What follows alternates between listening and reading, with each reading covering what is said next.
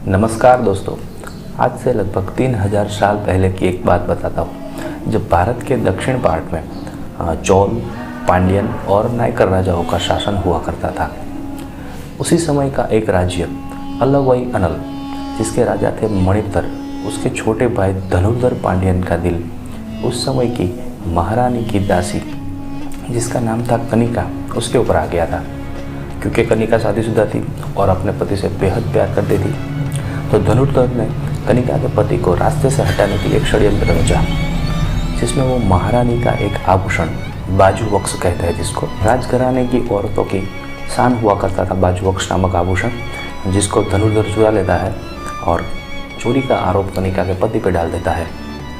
कनिका और उसके पति के लाख समझाने के बावजूद भी महाराजा नहीं मानते हैं और कनिका के पति को मृत्यु दंड की सजा देते हैं। कनिका माँ बनने जा रही थी, पर उसके संतान के प्राप्ति से पहले ही उसके पति को मृत्युदंड मिलता है। ये घटना से कनिका बहुत आहत होती है, बहुत दुखी होती है।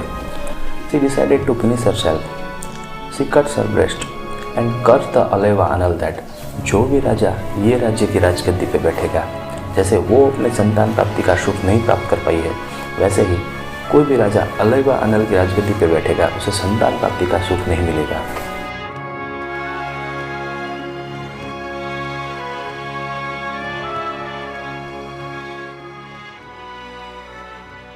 समय का पहिया थोड़ा आगे बढ़ता है।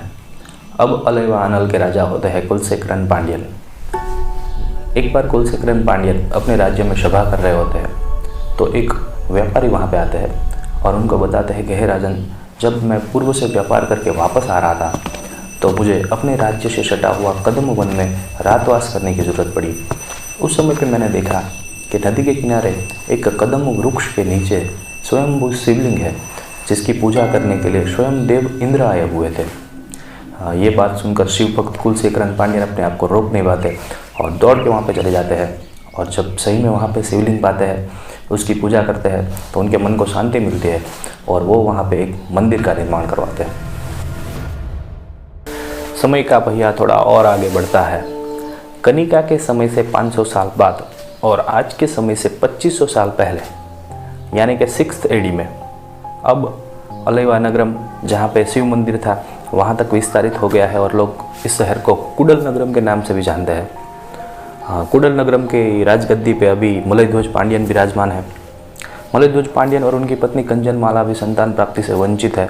कनिका का श्राप, दोनों ही शिव भक्त है और वही पुराने मंदिर में शिव की उपासना करते हैं और एक यज्ञ का आयोजन करते हैं।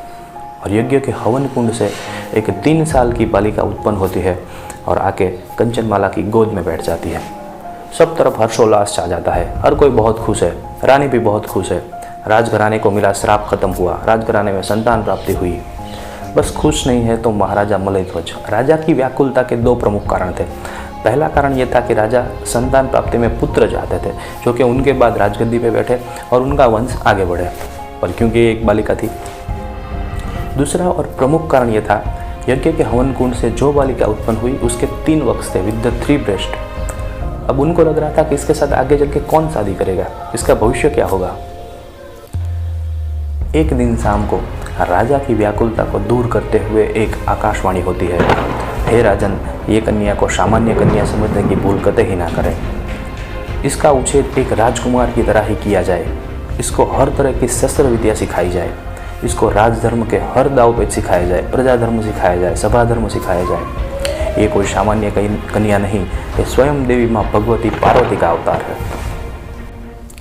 राजा के मन को शांति मिलती है और वो उसी प्रकार से राजकुमारी का उछेर करते हैं। कुछ समय बाद कुरुक्षेत्र का युद्ध छिड़ जाता है, जिसमें मलयध्वज पांड्यन और उनकी सेना पांडवों की तरफ से लड़ते हैं। पांड्यन का कहीं ना कहीं कनेक्शन पांडु राजा के साथ भी था। मलयध्वज पांड्यन द्रोणाचार्य के सामने युद्ध करते हैं और उनको घायल करते हैं। उसके बाद वो अश्वत्थामा के सामने युद्ध करते हैं, जहाँ पे उनका मृत्यु होता है। इसका डिटेल में विवरण महाभारत में है। छोटी उम्र में ही राजा की मृत्यु के बाद राजगद्दी पे राजकुमारी को बिठाया जाता है। बचपन से ही हर विद्या में निपुण, हर विद्या में प्रवीण, पारंगत राजकुमारी कुडल नगरम का विस्तार बढ़ाने की शुरुआत करती है। एक के बाद एक हर छोटे मोटे राज्य को जीतती जाती है और जीतते जीतते लगभग पूरे भारतवर्ष पे वो कब्जा कर लेती है। और वो ये समय था जब पूरे भारतवर्ष में कुडल नगरम का जो येलो कलर का ध्वज था वो लहराता है। यहाँ पे मैं आपको एक चीज़ बता दूँ कि ये पहली सेना थी जहाँ पे राजकुमारी ने महिलाओं को भी स्थान दिया था। अपना विजय रथ आगे बढ़ाती हुई राजकुमारी कैलाश प्रदेश पर आक्रमण कर देती है, जहाँ पे देवादिदेव महादेव का निवास स्थान है। महादेव के भूतगण जाके उनको बताते हैं कि कुडल नगरम की एक राजकुमारी कैलाश प्रदेश को जीतने के लिए आ रही। महादेव मुस्कुराते हैं और अपनी सेना ले जाके राजकुमारी के रास्ते में खड़े हो जाते हैं। देवादिदेव महादेव को उनके सामने खड़ा देख राजकुमारी में पूरा परिवर्तन आ जाता है। जैसे कि आकाशवाणी थी, उनका तीसरा वक्ष गायब हो जाता है और वो एक संपूर्ण स्त्री बन जाती है। राजकुमारी समझ जाती है, वो अपना हथियार फेंक देती है और भगवान शिव को उनके पति के रूप में स्वीकार करती है। भगवान शिव राजकुमारी को कुडल नगरम वापस जाने के लिए कहते हैं और कहते हैं कि आज से 8 दिन बाद वो शादी करने के लिए अपनी बारात लेके कुडल नगरम आएंगे। ठीक 8 दिन बाद महादेव का सुंदरेश्वर स्वरूप धरती पर अवतरित होता है और बारात लेके वो कुडल नगरम जाते हैं और वहाँ पे राजकुमारी और सुंदरेश्वर का ब्याह होता है और ये पूरा उत्सव बहुत धामधूम से मनाया जाता है। आने वाले कई सालों तक सुंदरेश्वर पांड्यन और राजकुमारी कुडल नगरम पर शासन करते हैं, सुशासन करते हैं। उसके बाद एक दिन वो उनके पुत्र उग्र पांड्यन को बुलाते हैं और उसका राज्याभिषेक करते हैं और वो कहते हैं कि वो अब निर्वाण के लिए जाना चाहते हैं और वो दोनों अपने आप को एक कमरे में बंद कर लेते हैं। कई दिनों तक कमरे का दरवाज़ा खुलता नहीं है तो उग्र पांड्यन को अपने माता पिता की चिंता होती है और वो सैनिकों को कमरे का दरवाज़ा तोड़ने के लिए बताता है। जैसे ही कमरे का दरवाज़ा खुलता है उसके अंदर से सुंदरेश्वर पांड्यन और राजकुमारी नहीं होते बल्कि होती है उनकी पंच धातु की मूर्तियाँ। उग्र पांड्यन समझ जाता है, ऋषि मुनियों को बुलाता है और पूरी विधिवत वहाँ से मूर्तियों को ले जाके जहाँ पे उनका ब्याह हुआ था वहाँ पे रखता है और एक भव्य मंदिर का निर्माण करता है। कौन थी वो राजकुमारी? कहाँ है अलवई अनल? कहाँ है कुडल नगरम? वैसे तो राजा मलयध्वज ने वो राजकुमारी का नाम थड़क कह रखा था, पर मछली जैसी आंखों वाली वो राजकुमारी को प्रजा प्यार से मीनाक्षी यानी देवी मीनाक्षी के नाम से बुलाती थी। और जहाँ पे शिव और पार्वती के स्वरूप का ब्याह हुआ था वो मंदिर यानी मीनाक्षी अम्मा टेम्पल। और कुडल नगरम? कांची तू कामाक्षी मदुरै मीनाक्षी दक्षिणे तो कन्याकुमारी मम शक्ति रूपेण भगवती नमो नमः नमो नमः नमो नमः। तो इतना भव्य और दिव्य जिसका इतिहास है वो शहर में हमने अपने ज़िंदगी के 2 दिन बिताए और ये पूरी डिटेल जर्नी में आपको आने वाले 2 वीडियो में बताऊंगा। तो वो वीडियो को भी आप चेकआउट करना मत भूलना। तो बस इतना ही। Thank you for your precious time.